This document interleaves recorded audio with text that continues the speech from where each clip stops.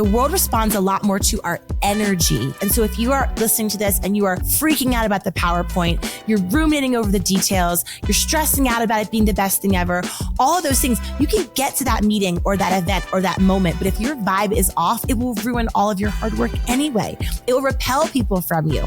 You want to galvanize buy-in. You want to impact the world. You want to influence someone. You just want to feel better. It begins with understanding that the vibe that you bring is your ultimate value. Let's talk about change. The truth is, nothing changes unless you change. And if you want to step into your full potential, you need to surround yourself with the right people. That is exactly why I have created the InPowered Life community. Within this community, I'm going to be teaching you the exact same mindset and energy practices that I have taught my clients that are paying me well over six figures, including CEO owners of billion-dollar organizations and professionals at the very top of their fields. You're going to get access to 2 live virtual calls every single month with me, where we're going to dive into mindset, energy practices, spiritual principles that are going to help you thrive in every area of your life. Can't make a call? No worries. We're going to provide you with a recording so that you can catch up anytime. Plus, you're going to have the opportunity for direct coaching from me and to learn from incredible guest speakers who are going to share their best practices and growth. Remember, you become the people that you spend the most time with. So why not spend time within a community that is going to elevate you and your life? For an introductory $499, you're going to get a full year of support and coaching alongside high performers who are committed to expanding their careers, their growth, their finances, and to elevate their overall quality of life. Just click the link in the show notes or log into rudyricksteins.com to lock in your spot and start your transformation today. Welcome to the InPowered Life Podcast, a space dedicated to spreading the message that you have the power within to create everything you seek. So if you're ready to enroll in a new kind of higher learning, the kind that leads to true personal freedom, then hang here with us. We're your hosts, Rudy and Aniston Ricksteins, and this is the InPowered Life. Welcome to the InPowered Life Podcast. My name is Rudy Ricksteins. I'm your host, and today we're joined by Erin King. Erin is regarded as one of the world's leading personal energy management experts. She's an international speaker. She's a personal energy researcher and a 2-time author, not to mention the host of a top 1% podcast. This lady has done it all. I am so excited to have her onto the show today. She, as I was sharing with Erin prior to hitting record today, we have so many mutual friends and we share so many similar styles and interests. And today we get to talk about arguably my favorite topic on the planet, and that is energy. Erin, thank you so much for joining us on the InPowered Life Podcast. Oh, Rudy, thank you so much for having me. I have been following your work on Instagram for quite some time now, and it's just so beautiful to have an actual face-to-face conversation, right? Using the internet. So I'm very glad to be here and lovely to meet you finally. Well, thank you. Thank you. We definitely have so many interests, and I think that this is just going to be such a beautiful, rich conversation today. You and I work in very similar spaces. You take a very different approach to it, and I really want to just unpack it for our audience because I love so much about the work that you're doing in the world. On the InPowered Life Podcast, we love to remind people that life is always serving the person that you get to become. They've heard this thousands of times, and every moment is always preparing you for who you get to be next. And what you're experiencing now is qualifying you for the person you get to become. You had an interesting journey that moved you into being where you are today. And that led you to taking a year off from your life and doing an unbelievable study on personal human energy management. And you did this alongside some award-winning PhD researchers. I would love for you to share a little bit about what was your journey that got you to do that. And then what did you walk away with at the end of that year? Well, thank you, Rudy, for doing your research, by the way. Speaking of research, you've done yours, which is wonderful. I would say that it all began when I woke up in the ER and I thought I had had a heart attack. So I'd opened my eyes and my husband's looking at me and I thought I was going to die. I was on a Zoom call with my teammates. I had about 10 people and it was at the end of a very long week. We had done 5 different keynotes in 7 days in 5 different cities. talking about everything from leadership to AI, sales, all these different topics. And I was on a call with my team and they started asking me questions about just normal stuff. What are we doing with this and who's handling that? And what's our thought here? And suddenly as they were talking, I couldn't really hear them. And I had a hard time seeing them. The room started to spin. I couldn't catch my breath. And I collapsed on a Zoom call right in front of my entire team. This was about 3 years ago. And, as I woke up in the hospital, they said, you had a panic attack, which apparently feels like a heart attack, except for a higher survival rate. So, for me, it was a moment of really a life or death wake up call where I realized my body is speaking to me. These somatic signals will not be shushed no matter how hard I want to push and go and be and do. My body's talking and I'm not listening. So it was a real wake up call, particularly because it wasn't the first time it had happened. That happened in my 30s and then also happened once in my late 20s with my other venture. So kind of my once a decade meltdown, was sort of becoming this really disturbing pattern. And so my question for myself was, can I be someone that's both high performing, but also high enjoying? Does that exist? As entrepreneurs, a lot of us, we run so hard. And, I've had 4 different ventures throughout my career of the last 20 years. The first one, I had a website development company. The second one, I ran an online subscription service for women's healthcare. The third that I started was a social media agency, which I ran for 10 years and sold 2 years ago. And then my fourth company now is all about training and coaching and keynotes. So I've been talking about all those experiences in my training and coaching. And when I was running hard, Rudy, I felt like, I was making it happen. The numbers were coming in. Clients were psyched. Our social footprint was growing. All the metrics were checking out, but I was miserable. I was losing hair in the shower. I stopped getting my period. I would have trouble. I'd be on stage or on a podcast and mid-sentence, I have to take a breath mid-sentence. I couldn't hold my oxygen. My whole body was just like, you're successful. You're in Success Magazine and you were in Forbes, but everything about me was just feeling like I was falling apart. So then I would go to the other side of the pendulum and I'd just be like, okay, I'm taking a whole week off, right? I'm going to lay around and do nothing. I'm going to read trash fiction novels. I'm going to meet girlfriends. I'm going to drink lunch wine. I'm just going to be a total lush and do nothing, to try to get my energy back.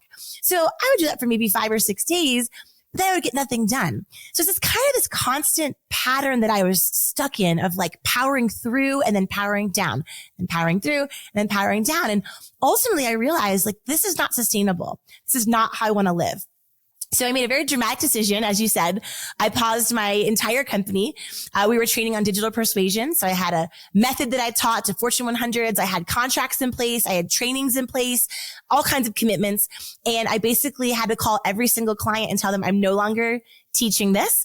I had to turn down 7 figures worth of revenue for the company and basically blew the whole thing up and started from scratch. I hired a team of PhD researchers, which were very, very smart, strategic, wonderful people. Thank goodness for them.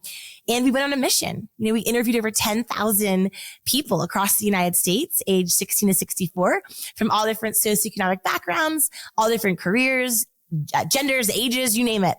And we didn't just do an online survey. We sat down and we talked to these people and we wanted to know all about their energy habits. How do they source their energy and spend it and save it? What does it look like? What energizes them? What charges them? What drains them? And the insights we walked away with from this study, Rudy, changed the course of my entire life. What I learned from them, I applied to my own life. I'm now teaching it. And fast forward 3 years from the really scary day in the hospital, I am super blessed and grateful to say that, this past year, we made the most money we've ever made in our entire company, any of our companies.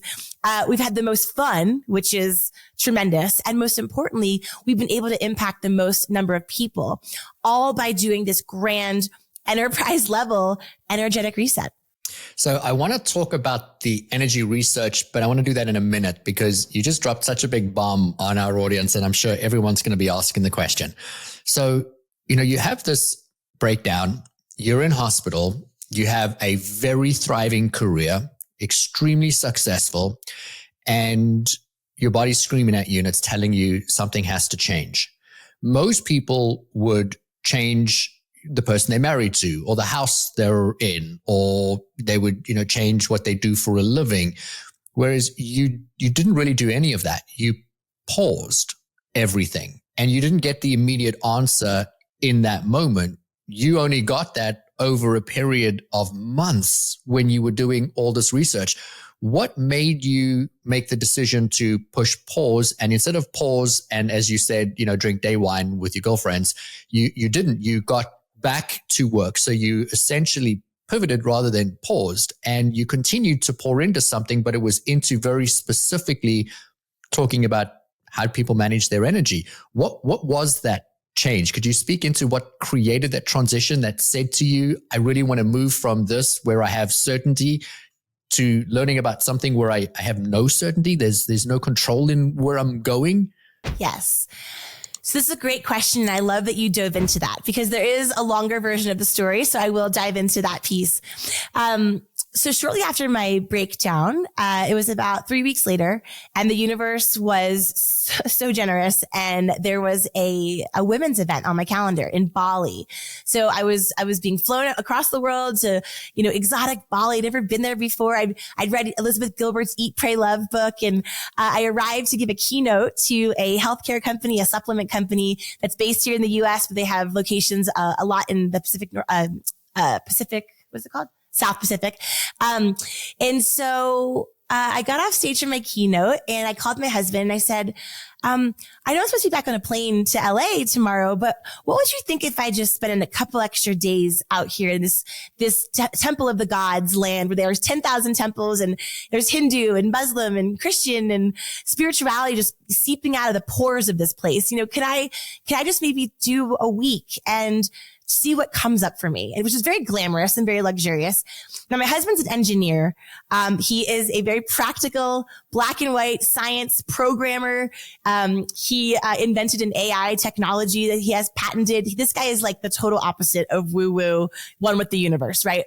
But he knew what I had gone through. And the ones that love us, that when they see that we are in a bad way, they'll do anything. They'll do anything just to get us to our most flourishing self. And so he was kind enough to say yes. So I went out into the jungle in Bali and there was a full moon. I did a ton of journaling and thinking, and I just kind of eat, pray, love, which is very luxurious, for 5 days. And my trip was coming to an end and I had no breakthroughs. There was no download. There was no big grand moment where the gods spoke to me, and I was very disappointed. So I was going to the airport and I was kind of like, gosh, I really thought if I had stayed, there would be some beautiful, like one of those stories you read about in the books where you get the tingles and the chills and you see a vision, or nothing really happened. And I was really disappointed. I was like, oh, well, I had a nice time, did some yoga, whatever. So I'm heading back to the airport and I'm thinking this out loud. And I'm like, I just wish there would have been more clarity. And suddenly, as I'm thinking that, on my phone, a notice comes up and my flight's canceled. Okay. So I'm like, so there's no flights out till the next day because it's Bali to LAX. It's like one flight a day, right? So I asked the driver to turn back around. He turns the car back around, and I figured that next morning was the full moon in Bali. And so I recognized I was supposed to be there for one more day. So I went for a run. The full moon was at 9:36 a.m. or that's when it kind of, it's fullest or whatever.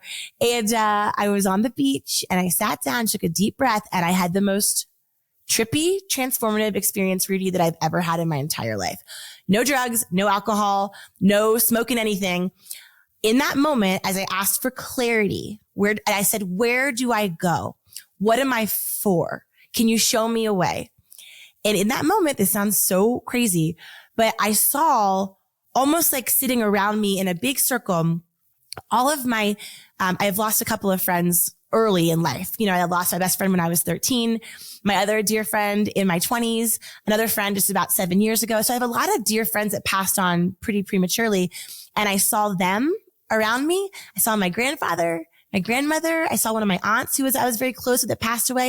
And it was like this tribal council of them surrounding me.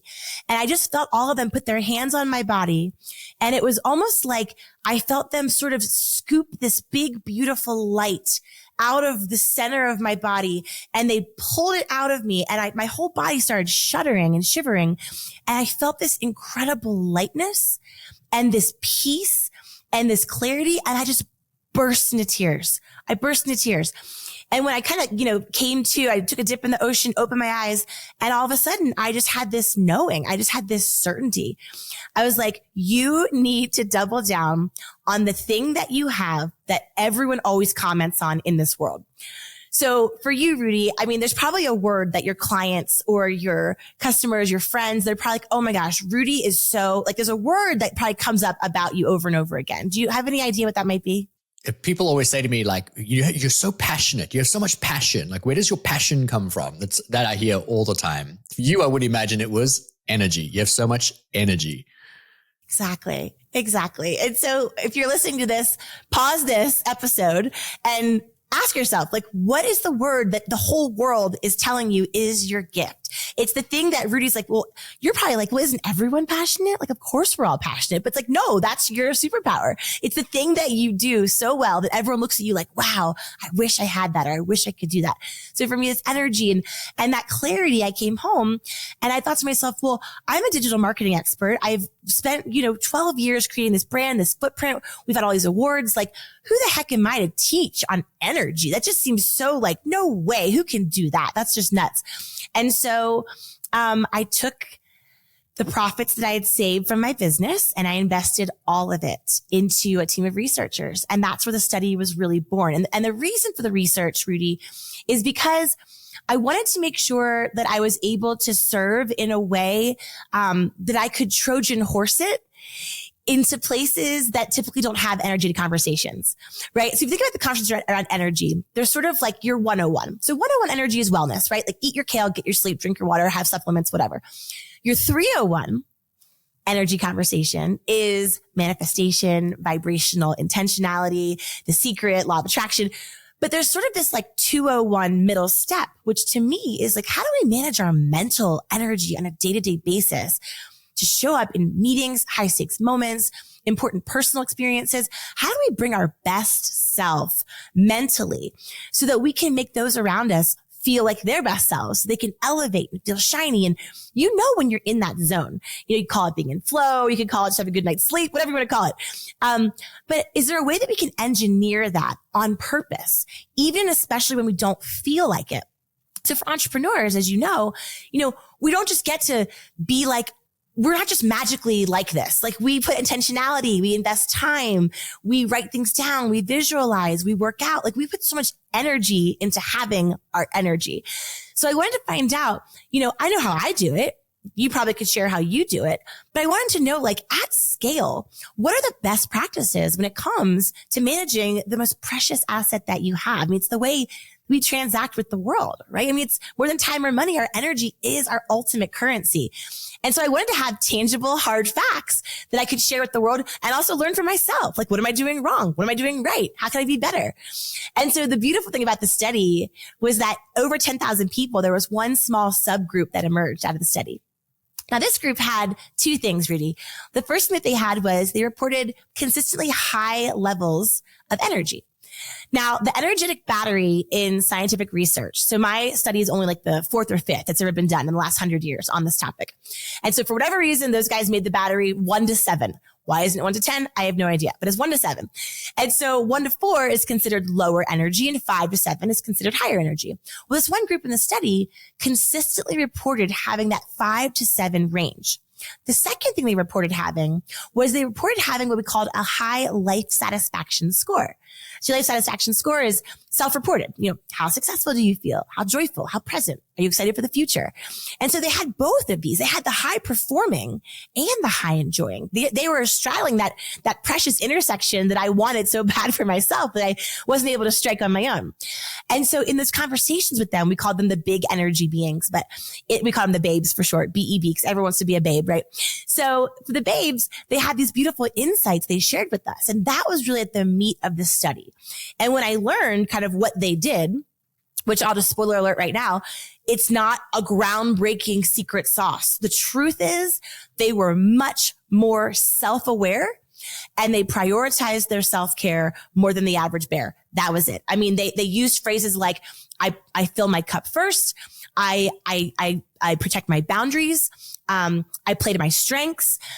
So the language they used said like me, I, my, about 4 times as much as the other people who interviewed. So you might think, oh, well, that's selfish, right? Like those are the selfish people in the study, but not so. They also reported that the people around them rated them higher in terms of how much they admired them, because they do take the time to prioritize their self-care, to know how their energy works, to not people please and sacrifice to the point of breakdowns or bad vibes or just that hanging in there, martyr, psychology. They didn't do that. They were very aware of how their energy worked. They honored it and they did it consistently. And that was their secret. That was it. And so, in taking this study, it made me think to myself, like, gosh, well, where am I not doing that? And I realized constantly, I mean, you could look at your entire life. I say yes to everything. I try to make everyone around me feel good. I grew up in a house where my parents were wonderful and loving, and we always had, food on the table, and no one was in danger or anything like that. But it was a very critical household. It was, achievement gets affection. The goal, score the goal, get the A, get the hug. And which was good. It gives you a work ethic. But I think growing up in that environment, you do tend to show up in the world in a way that is, over indexing on everyone around you and not even pausing to flip the mirror around and to look inward and say like, well, gosh, where is my battery? And am I serving the people I love best by running at a 1 for months, sometimes years? So in doing this study, I learned that, I applied it, and now I've kind of systemized it and formalized it. I've been teaching it to companies around the world. We just trained Google's sales team, global sales team, a couple of weeks ago. And I think what I'm most proud of, Rudy, with this study is talking about energy at the highest echelons of corporate has typically been frowned upon. It's been a little bit woo-woo, a little Coachella, a little soft skill, a little it makes them a little uncomfortable. And so I used the research to kind of Trojan horse the conversation in past the corporate gatekeepers, past the hard skills and profitability and bottom line, just kind of get it through the door. And then once it's in the door, then we're able to do that work at honestly a level where people sometimes need it the most. I mean, they're not the excited entrepreneur, they're not the life by design, like living their best life people. They're the hang in there. They're survive mode. They're not thrive mode. And so, I think being able to minister to them in that environment particularly has been just really rewarding and allowed the whole journey to kind of come full circle. Gosh, I have thousands of questions, and we're going to have to go longer today because I just have so much I want to ask. We work in very similar spaces. I take energy conversations into corporate America. And as you said, we have to Trojan horse bringing these in to businesses. I love to use the example of we have an energetic footprint that surrounds us, that's always speaking on our behalf. I've heard you quoted as well saying, energy doesn't lie. And if you've got a salesperson who's trying to sell the product, but they don't believe in the product, or they don't think it's worth it, or they don't believe that the person can buy it, well, people are picking up and perceiving this information at all times. And that's what I love to bring into business, is that when you can curate and align your external energy with the internal energy, with the internal thoughts, it changes the actions. And you're doing something so similar, but you're doing it in a very different way. And I love that your work is around helping people bring awareness to the fact that we have this flow of energy, and that energy can be intentionally curated as opposed to just drained and depleted until we hit that proverbial rock bottom. I want to ask a question that wasn't on my list of questions to ask, but I'm just curious, you've clearly from your childhood all the way through to that point of taking the year off. I love that we say take a year off. I think you probably worked harder that year than any other, but you pivoted that year, and you were having these warning signs from your body. You were having these breakdowns, and I don't mean the emotional or the mental breakdown. I mean the body breakdown. Mm-hmm. Now you've done all this research. Now you're an expert in the field. You're being hailed doing this all over the world for some of the biggest companies in the world. What's changed in your life the most when we talk about your energy curation? I would love to know. Oh my gosh. Well, it's been a total transformation. Physical, fiscal, energetic, mindset. Specifically, I was actually battling really bad vertigo issues prior to dealing with this. And I went to countless doctors. I had all the scans. I had all the tests. I had a girlfriend of mine, Judy Holler. She's like, maybe it's your stress. I'm like, stress doesn't cause vertigo. I mean, goodness, that's a very strong response. And so I would be on stage, 5,000 people. You know how it is with the bright lights and the high pressure, and the whole room would start spinning. And so I would sit down to tell a story, or I would grab a podium. And so I remember after one talk, someone thought I was just like being cool, like posting up cowboy style on the podium, like just being so like laid back. And I'm like, no, I was holding on for dear life because the whole room was spinning. So the biggest change for me is that, thank God, I don't even want to call out the word. I hate even saying the word to attract it back in my life. But that particular condition has not reared its ugly head for almost a year, which is, honestly, I thank God every single day. I say, thank God for the stillness. If you've ever battled vertigo, I don't know if anyone listening's ever battled it, but it is the most disorienting. It renders you incapable of serving, living, doing, or being. It is, I mean, there's so many illnesses that are so devastating, but it truly is one of the worst. I mean, you're in bed, you can't do anything. So that going away was number one, physically, the most, the blessing that I'm the most thankful for. I would say energetically, the biggest change that I have learned from plugging into my energy instinct, which is kind of how I power up the fastest using the study or the data from my research. I've learned that the biggest thing I know to be true is prior to the study, I was big on trying to recharge. So I let my battery drain all the way down until I was cross-eyed, mean, hated everybody, was just miserable. And then I'd try to recharge. Like I said, I'd go on the big weekend, or I'd shop, or I'd do something stupid, right?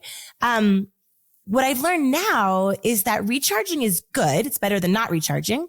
But now it's more of a pre-charge that I prioritize. I prioritize the pre-charge. I prioritize powering up my battery before it's blinking in the red. And so I do this a couple of different ways. I mean, very simple. This is an everyday thing that I do.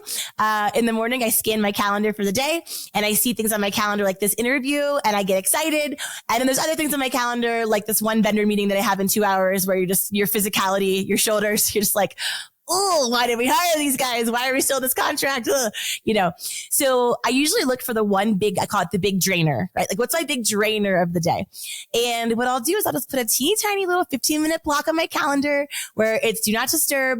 And I gear up my energy going into that meeting.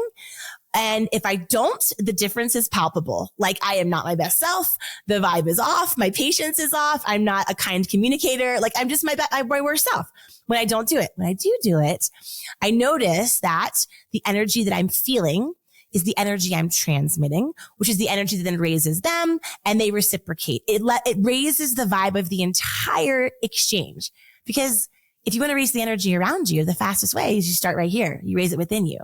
So I am much more inclined to now pre-charge. If I have a huge weekend with like all my cousins and my nieces and my nephews, and I want to be my best, I want to be fun on TE and just bring my best self and not just be like there technically, but I want to be there in the moment. I want to be where my feet are, right? Not thinking about the plane I have to catch on Monday morning. I want to be there. I want to be radically present. I want to be actively listening. I want to be expressing empathy. I want to pour into them. Well, when you run around all week like you and I do, 3 keynotes in cities and airports, come Friday, you're kind of like, my husband's like, oh, let's go out to dinner or this or that. And you want to, because you want to be the fun partner. You want to show up for your spouse. You want to do something fun with your community, but you have the weekend coming up. And so my discipline on the pre-charge has totally radically changed. I will sit my butt in on a Friday night. I will, watch a stupid Netflix show and go to bed with water and tea at 8:00, sleep my 8.5, 9 hours, which seems kind of selfish because it's like, well, it's Friday night and your husband wants to go out and da-da-da. It's like, well, I need to bring my best for the weekend. I just know myself. And so I think prioritizing pre-charging my battery versus in the old days, I would just go out on Friday. I'd hang out all weekend with my cousins, nieces, and nephews. And then come Monday, I would just be limping into our team meeting, just licking wounds, just my worst self. So I think kind of inverting how I nurture that essence has changed a lot. And the good news is, it's a lot easier to stay charged than to get charged. You know what I mean? So that's probably been one of the biggest changes. Hey, it's Aniston Ricksteins here, and I want to ask you, have you ever wondered if there's more to your life and work than what you're doing right now? What if I told you that the universe is hiring and you were born to fill a role that will bring you true purpose and success? In my new #1 best-selling book, The Universe is Hiring, Discover the Role You Were Born to Fill, I'm going to show you exactly how to step into that role. This isn't just a book full of inspiration. It's a roadmap to help you start shifting into a more fulfilling life right now. You'll get clear on your unique purpose, learn how to align with your strengths, and take actionable steps towards the career and life that truly light you up. If you're ready to make a change and start living the life you were meant for, grab your copy today. Available anywhere you buy your books online or click the link in the show notes. I love that because that just speaks into the self-awareness that you have on that topic. So through your research, what would you say are the most common habits that or behaviors that drain people's energy? And how could people reclaim that energy more effectively? I mean, you've kind of alluded to how you do it, but I'm just curious if there is a blanket that the audience could take from and say, oh, wow, I didn't realize these are such big drainers and this is an easy recharge for me, because it's going to be different, I would imagine, for most people. Yes. So when we interviewed the big energy beings, Rudy, we asked a lot about their drainers. So when we talk about their energy levels, the energy that we have every single day, as you know, it's like water, right? I mean, it's moving, it's constant. I mean, in the course of this 1 hour together, we might feel dips and rises in our energy. Did you sleep last night? Did you have a protein bar? I mean, our energy changes 20 minutes at a time. So when I ask about where your battery is, just to clarify that, we're looking at a 90-day overview. So if you looked back to October, November, December of 2024, and you averaged out the highs, the lows, the wins, the losses, the full night's sleep, the not so full night's sleep, if you were to average all of it, where would you place your battery today in January 2025 on a scale from 1 to 7? So if you are at that 1 to 4 level, that means that you are technically in the lower energy zone, which means that it's time to plug into some chargers, and it's time to either deal, delete, or delegate some drainers.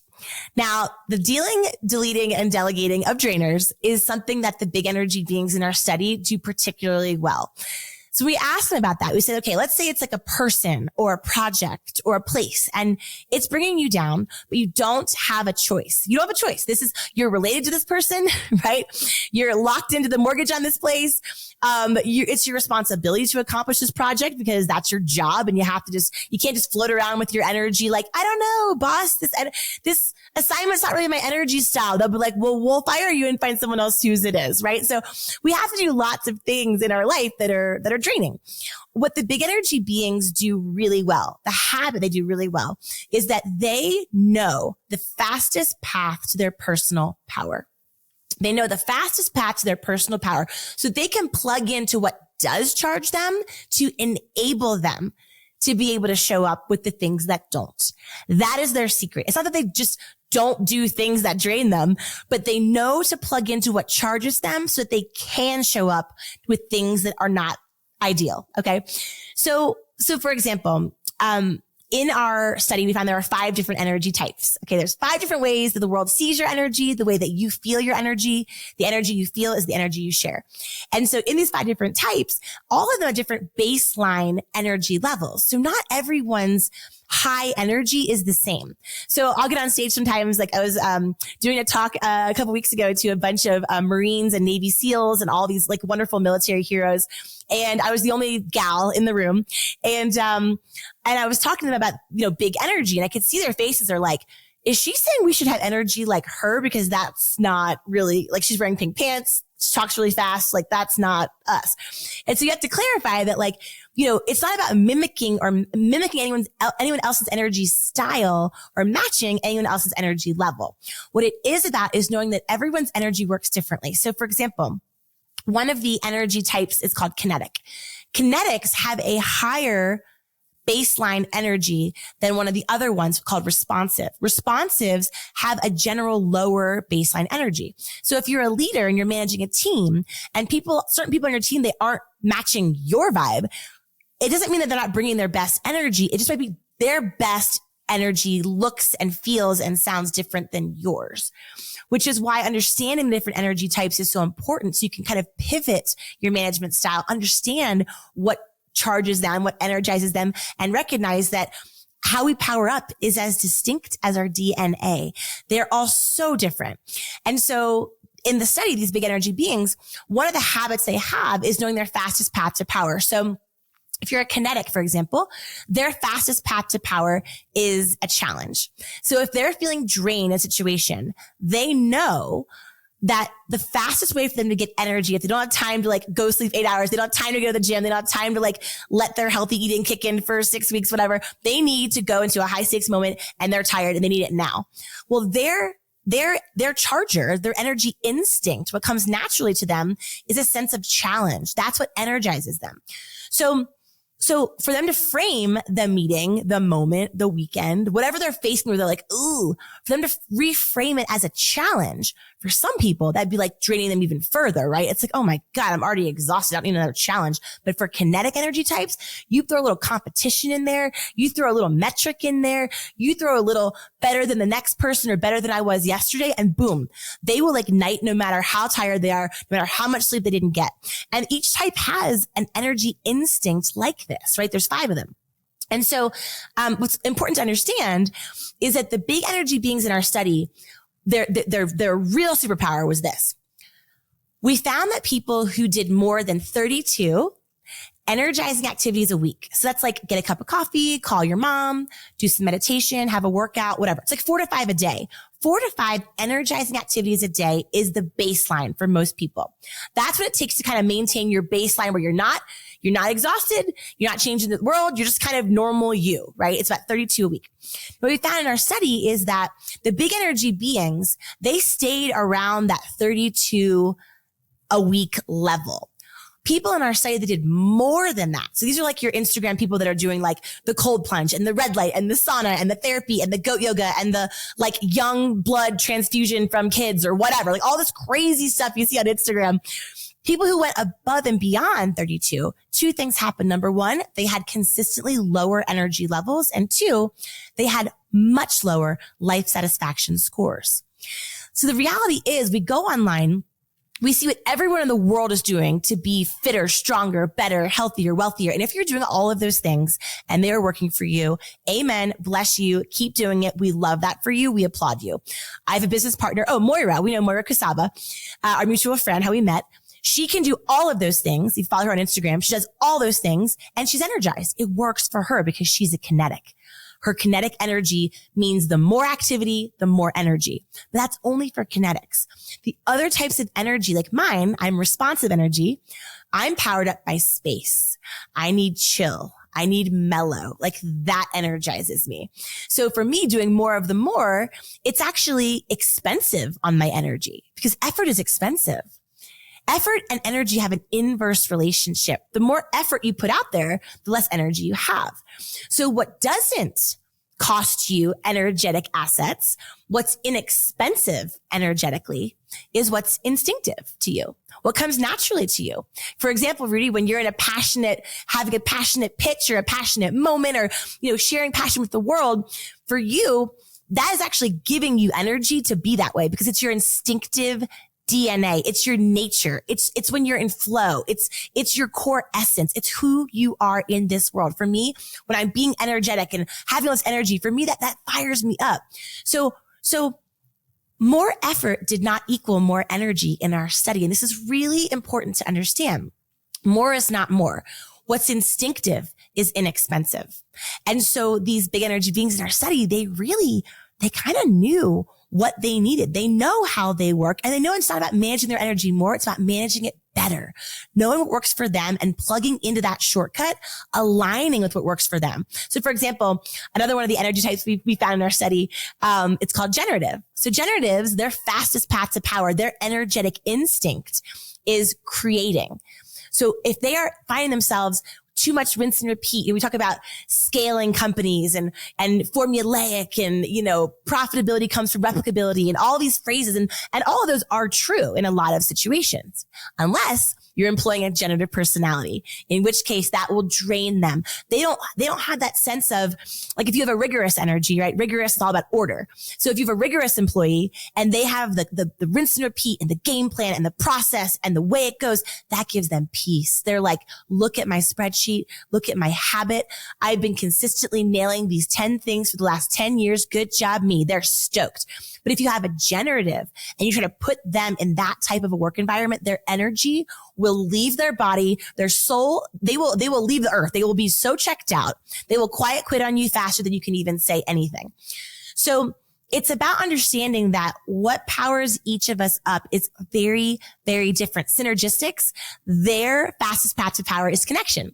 So if you have someone on your team and they're being passive aggressive in emails, they're saying, please advise too much, or per my last email, or all this weird passive aggressive digital communication energy, it could be because maybe they're synergistic and they're working from home. They're working in a silo. They're not connecting with others, or they're not connecting to the bigger mission, the bigger why. They've forgot why they're doing this.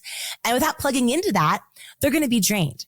So the whole idea around this entire study, the headline, is that there are these instincts that we all have.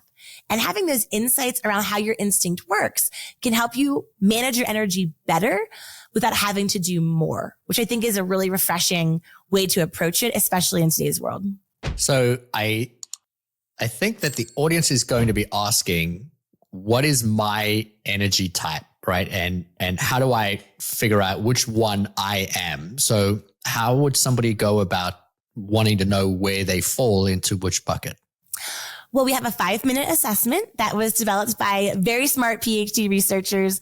It's called the Energy Exam, and it's totally free. It's a 5-minute exam at theenergyexam.com. And here is the thing. When you get in there, friends, you're going to want to pick both answers. We made them very close on purpose. So just do your best to answer the one that makes the most sense for you. And everyone says, I want to pick both, but that's what makes it so accurate, is those little nuances between those answers will help identify for you how to get those insights. You'll understand your energy type when you take it.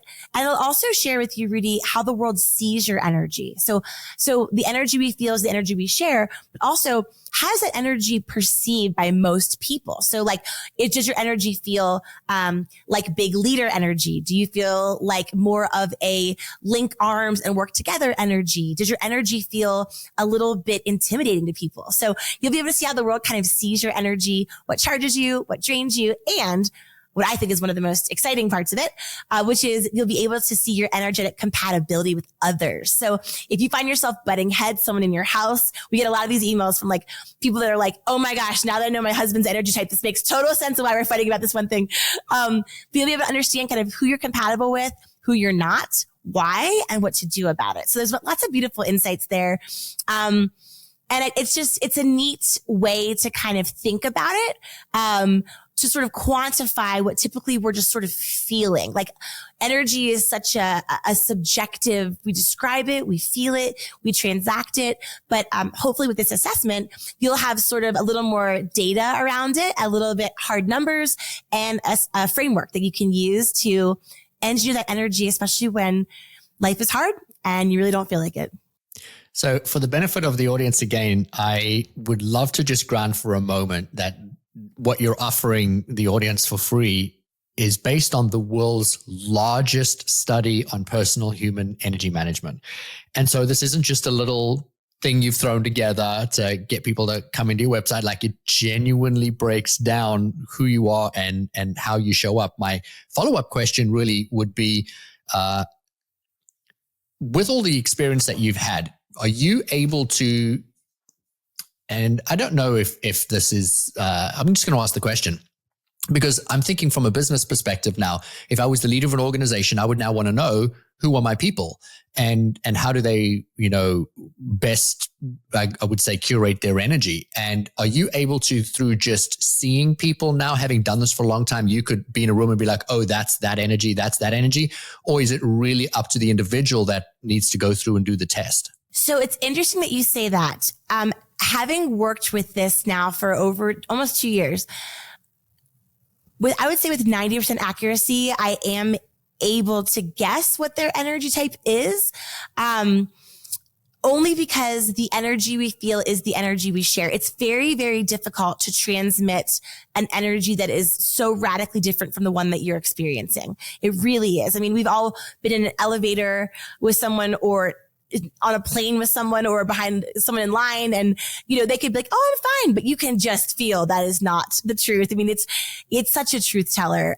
So it's very hard to be deceptive and transmit this energy that you don't have. So once you kind of learn the types as well, there's only 5, you'll be able to sort of kind of guess which one your friends or family or team has. And it's a really beautiful, I think, generous way to think about your management style. Because it's really evolving it, right? From this is the way we do it. This is how I run the team. This is what I expect. It's a really beautiful kind of flipping of that.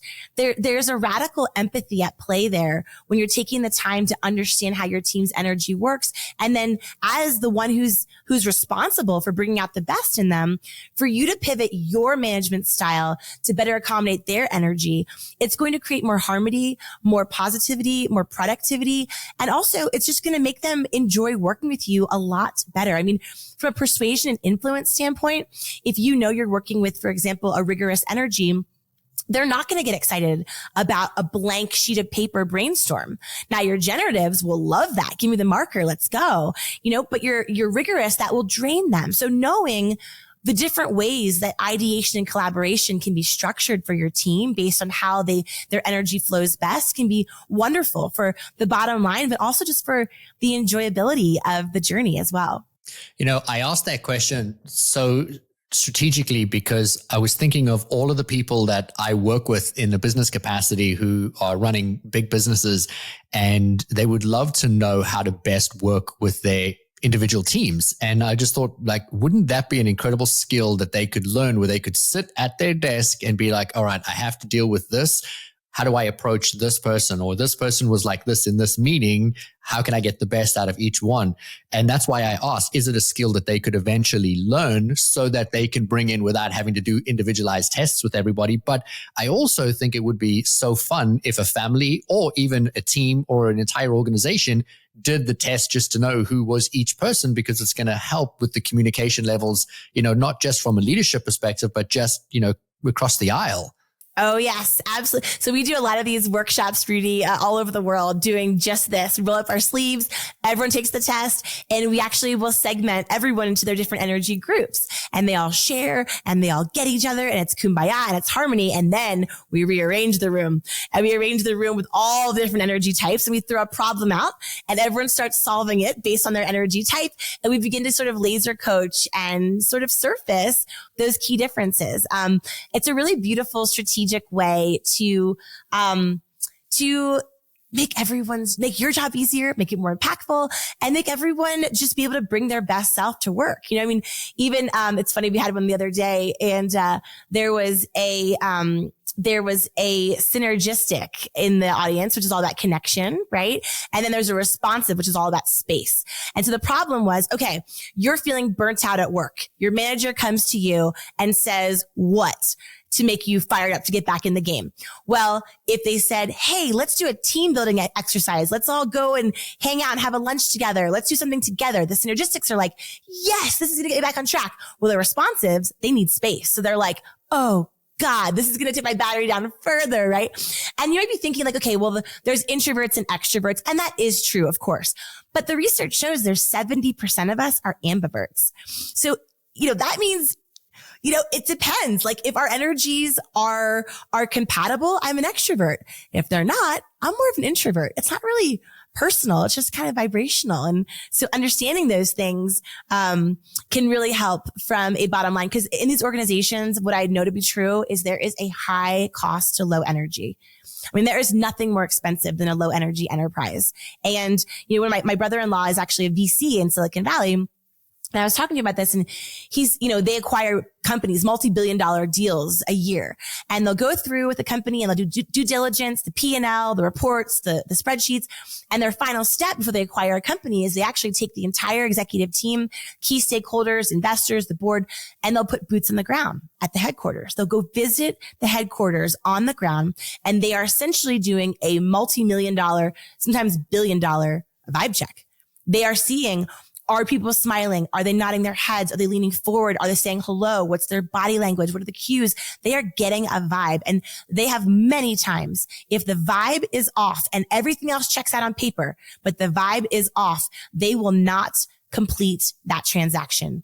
They will not do that deal because they know that at the heart of that organization, there is an energy issue. People think they have leadership issues and sales issues and creativity problems and collaboration problems. They don't. They have an energy issue at the core of it. So if we can start there, it impacts every other aspect of the entire bottom line of the organization. I was doing a keynote for a very, very large organization, the biggest in the world at what they do. And they have a headquarters with, tens of thousands of people that are working out of this massive facility. And I was coming in to only speak to their highest level executive team, which happened to be around 300 people.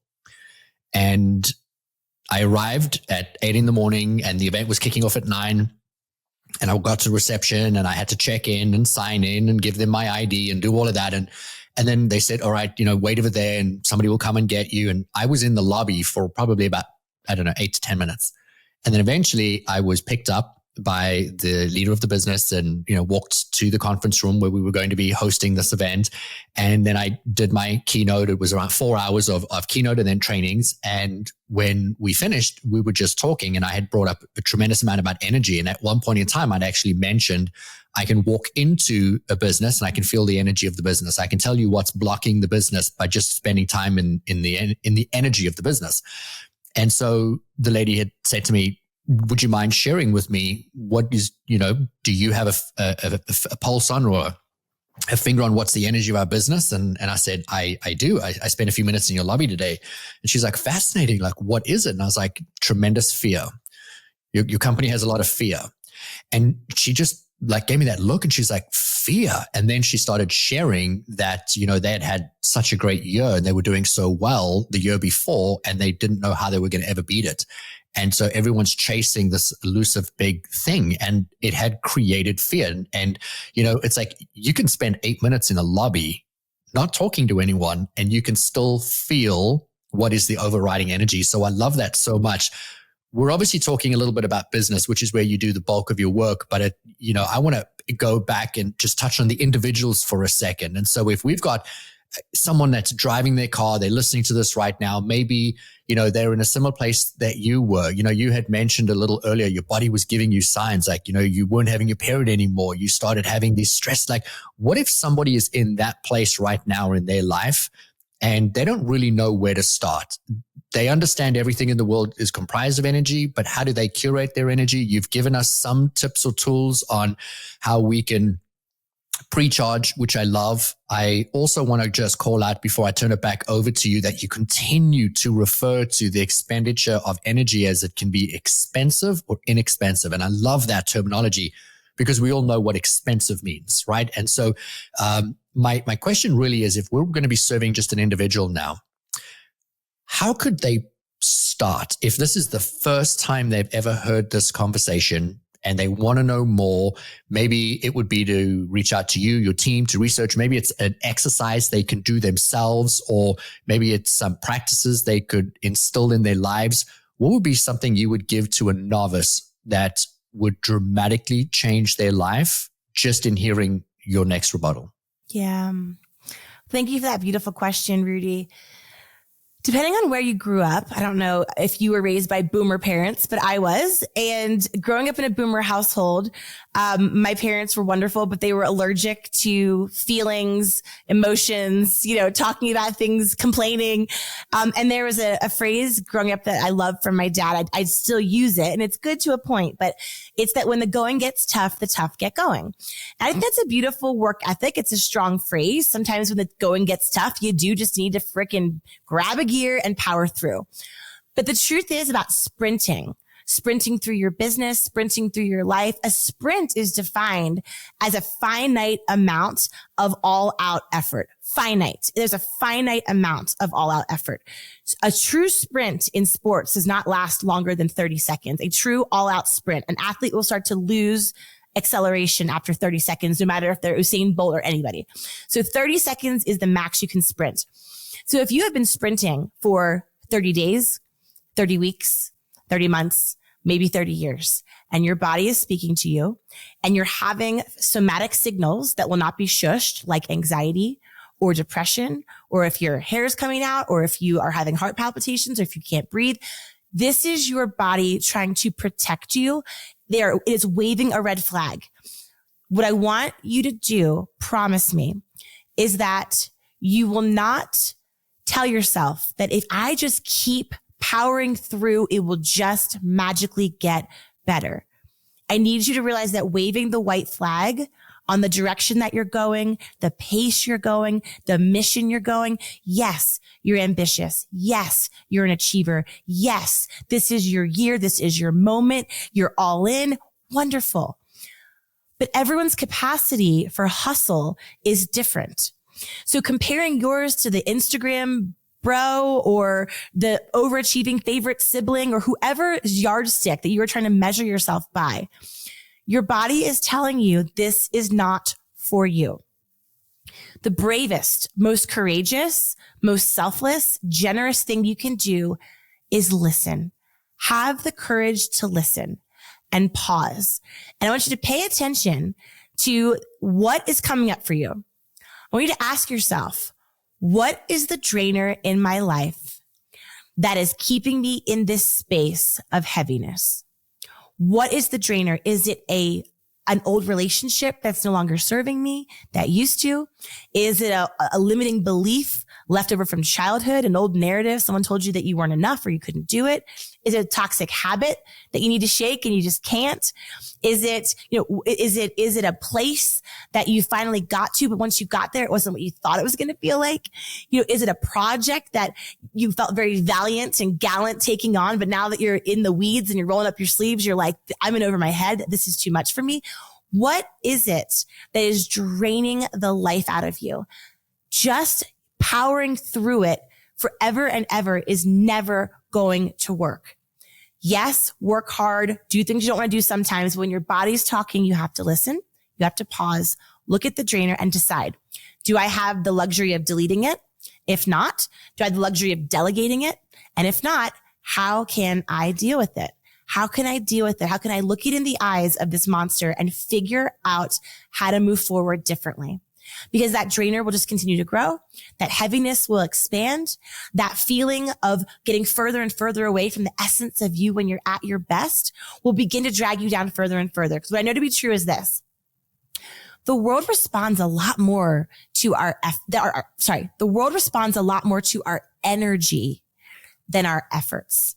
The world responds more to our energy than our efforts. And so if you are listening to this and you are freaking out about the PowerPoint, you're ruminating over the details, you're stressing out about it being the best thing ever, all of those things, you can get to that meeting or that event or that moment. But if your vibe is off, it will ruin all of your hard work anyway. It will repel people from you. You want to galvanize buy-in. You want to impact the world. You want to influence someone. You just want to feel better. It begins with understanding that the vibe that you bring is your ultimate value. I mean, in our study, we interviewed 10,000 people and we said, someone that you know that's successful, who you admire, what is it about them that you think makes them most successful? Is it their education, their skill set, their connections? Are they more creative? Do they work harder? Or do they have a higher moral compass? What is it? The number one answer we got was it was their vibe or their way of being. Bringing your best energy is not a nice to have. It's not a woo-woo, good vibes mostly. It's the number one most critical skill set you can master to unlock the opportunities that you deserve, that you are ready for, and that the world wants from you. But it starts there. I mean, we also found in our study that we all know energy is contagious, obviously. But we actually found out how contagious. We found out that 68% of people in our study, so 7 out of 10 people, they moved from a low energy state to a high energy state quite simply by being around someone whose energy they admire.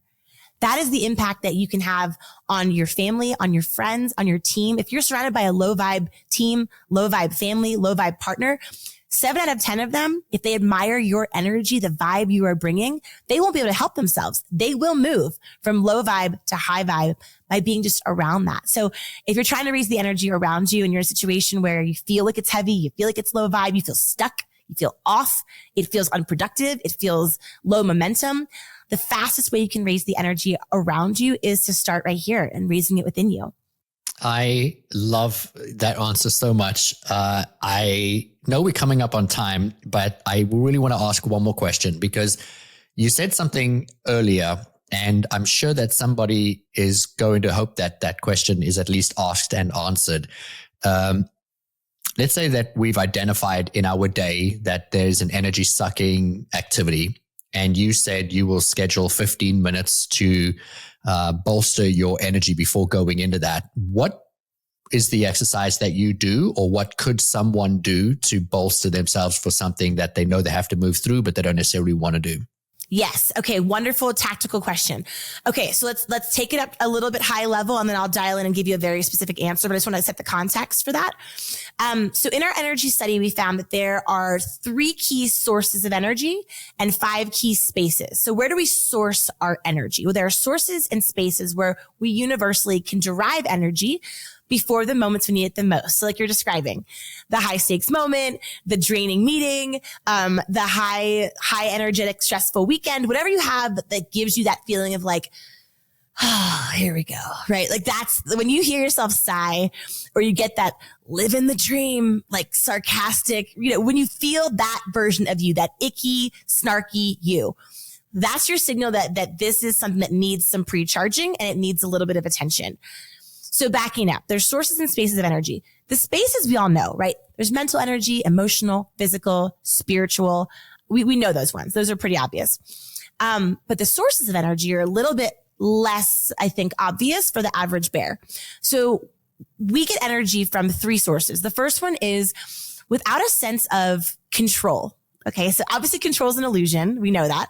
But without a sense of agency or autonomy over our life, our day, our destiny, a sense of being the captain of your own ship, at least a little bit, you can eat kale till the cows come home, eat a million supplements and sleep for 12 hours, and you'll still feel drained if you're lacking a sense of control in your own life, right? The second thing is a sense of connection. So to yourself or something bigger than yourself. The third is a sense of competence. And this one's really important, Rudy, because a sense of competence means that you're going through your life. You're going through your day as an individual, whether you're a professional, whether, you're working from home, you do your own thing, you have a job, whatever. Competence means you're able to do challenging but doable tasks with immediate feedback. So challenging but doable with immediate feedback. So without a sense of competence, control, or connection, those are your 3 fastest paths to feeling drained. So if you think of it as a power grid, so those 3 are on the left side, and then mental, spiritual, emotional, physical at the top.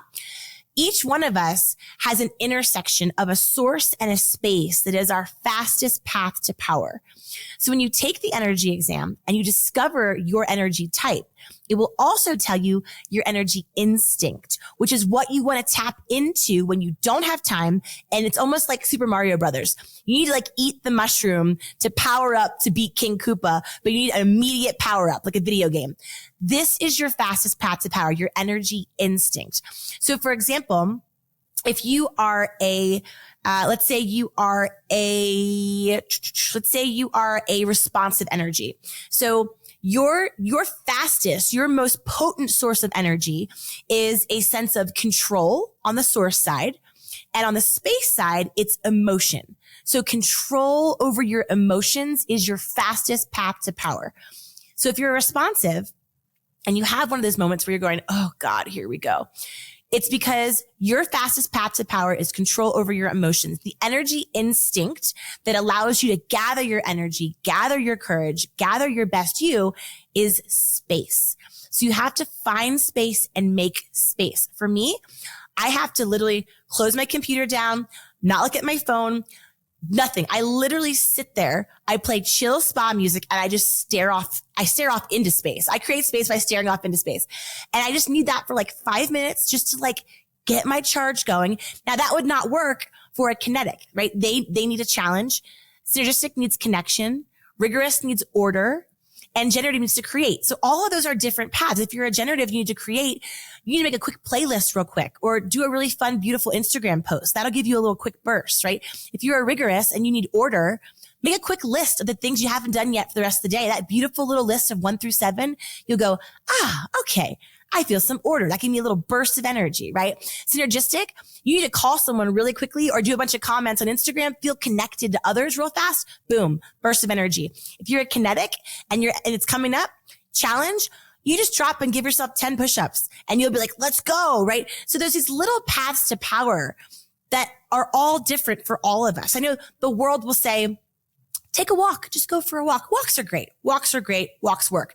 But I think at this point, we can elevate the prescription for on-demand energy with a little more insight, a little more strategy, a little more intention, and leverage the science behind how you can do something quick and fast that'll be most impactful for how your energetic battery works best. So that's kind of why taking the energy exam is such a great step. You can find your instinct, and when you plan that time to pre-charge, you know exactly what to do. So that's kind of my hope for my mission is people begin to do this, right? And we begin to live lives that we have a little less burnout, a little less frustration, a little less of that stuck feeling. I mean, even if you go through your day and you have 30 minutes less of that feeling, like that's where we can begin to affect real change. And the most beautiful thing is that, you know, this can happen at any point in your life. Like if you're listening to this and you're like, oh my gosh, this sounds great. But you know, I know me, I do me, I'm in my routine, I'm good, I don't want to change. You know, can't teach an old dog new tricks kind of thing. One thing we actually found, Rudy, was in our study that there's actually not, when you sort people by their age, like boomers all the way down to Generation Z, and you sort them by their ages of what energizes them, so like learning new things, talking about their emotions, physical activities, there actually wasn't like a ton of difference of what energized people based on their age. But when we resorted the data by their energy type, there were massive differences, massive discrepancies. So the moral of this kind of headline is that we aren't our age, we're our energy. And it's never too late to do the thing, change the way you're showing up, find what can really help you grab that gear, no matter how old you are, no matter how much you feel too late to the party. It's never too late to figure out, hey, what one little energy habit, little energy instinct can I plug into, tap into just a little bit before one drainer a day? And would that be able to change my life? You know, elevate my peak